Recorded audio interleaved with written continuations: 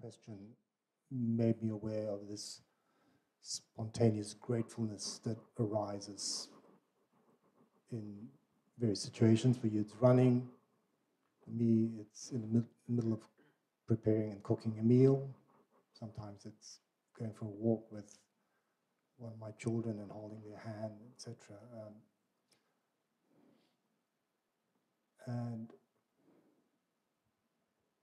the sort of sense that comes to me is that there's you being grateful, but in fact, if there's no separation between God and me, it's God being grateful to be me in the situation. And that's just arising spontaneously. Anyway, that just occurred to me as sort of an insight into this understanding that there's no separation between God and me. I'm grateful to be in God, just as God is grateful to be having a human experience in me. And the very human experience of going for a run, holding a child's hand, cooking a meal just brings forth this sort of gratefulness. Anyway, there was just a thought, whether or not that has any relevance or bearing or helpful for anyone. But, no, I like the idea of God being grateful to you. Yeah. Grateful for being you. For being you, yes. My question is about something I think you've said is about the practice of meditation and being aware. I think the way that you have expressed it is meditation is what you are. A finite separate self is what you do. Have I quoted you correctly? Yes, which is contrary to what we normally if you think I'm a person, I'm a separate self, I'm a finite mind. And meditation is an activity that I, as this person or as this mind, undertakes. Actually, the truth is the other way around, that meditation, namely being or being aware, is what we are. It's not an activity we do or practice or maintain. And the separate self is not actually an entity. The only entity, if we can call it an entity, is the one, infinite being. The separate self is an activity of thinking and feeling that takes place in the one.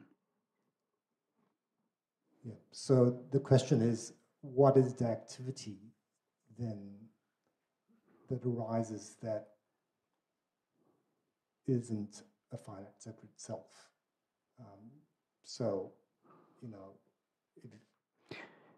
What activity of the finite mind would not constitute the separate self? Right. Yeah, okay, that's good.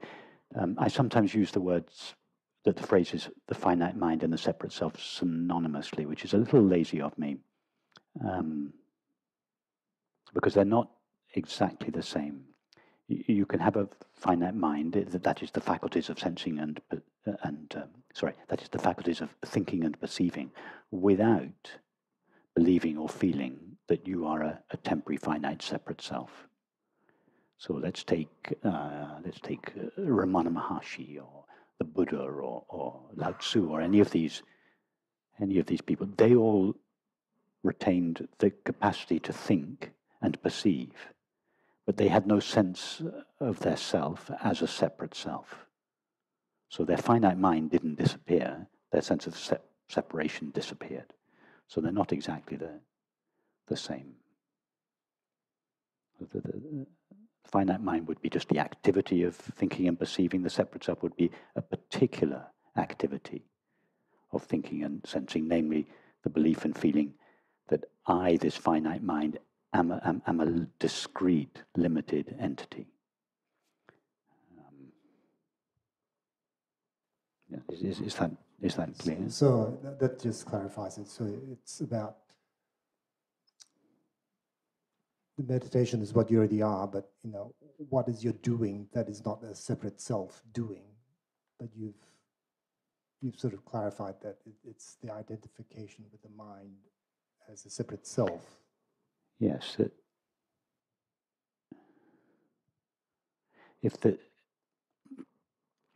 let's use the analogy of separate space. The space in this room is obviously not a separate space. It is the one vast space of the universe. But imagine this space in this room could think and perceive.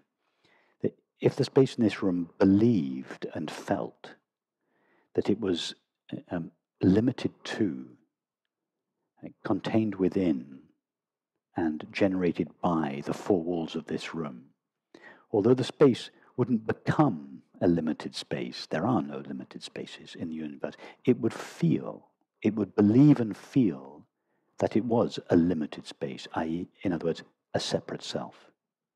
So, although there are no temporary, finite, separate spaces in the universe, the space in this room would believe and feel that it was such. So that the separate self is like or the ego is like a belief. So that the self, the only self there is, if we can call it a self, is the one self, the one infinite being. And then to that one being is added a belief. That being, that being is divided into parts, and I am one of those parts. It's exactly the same with space. There's one space in the universe, but if the space in this room, we're able to think, obviously, if it believed that it was a separate space contained within the four walls of this room, that would create an illusory separate space, not a real separate space. Even if it believes and feels that it is a separate space, still there are no separate spaces in the universe, but it would create the illusion of a separate space. And that illusion would be a compound of two things. One, the space of the universe, and two, the belief that it is finite. So the separate self is a compound of the true and only self, infinite being, plus a thought and feeling of separation. And that's why it is said that the separate self is an illusion, rather than saying that it is unreal. The separate self, just as the space in this room is, relatively speaking, it's real, but it's not limited. The self that each of us feels that we are, the self that everybody, not just those of us interested in these matters, but all 8 billion of us feel, I am myself. Everybody feels that they are a self, and that they're right. That feeling of identity, that feeling of being myself, its essence is the self they truly are, infinite being. But to that infinite being is added a belief, I am limited and contained within the body. So the apparently separate self is a compound, the true and only self of infinite being, plus a belief and a feeling. So there is something real to the illusory separate self. So it's not true to say the separate self is non-existent. It is existent, or rather it is, but it's not limited. So the separate self is an illusion, but like all illusions, there is a reality to it. What is the reality of the apparently separate self? Infinite being. Okay, so in your quote, the doing is actually the doing to believe. Is the activity of believing. I am temporary. It's the activity of believing and feeling that we add to our essential core feeling of being. That core feeling of being is without limits. It's infinite. But to that we add the belief, I am temporary and finite. And this mixture of our essential being plus the belief in being limited creates an apparently separate self. The separate self gets its selfness from the infinite, its sense of separation from the finite mind. So the separate self is a compound of the infinite and the finite. Makes sense. So just as the space of this room is a compound of the vast space of the universe plus the four walls of this room. Sorry, I interrupted you. No, so it makes sense. So that the belief is an activity. The belief is the activity. The belief and the feeling is what I call the activity of the finite mind, yes. It's not an entity, it's an activity.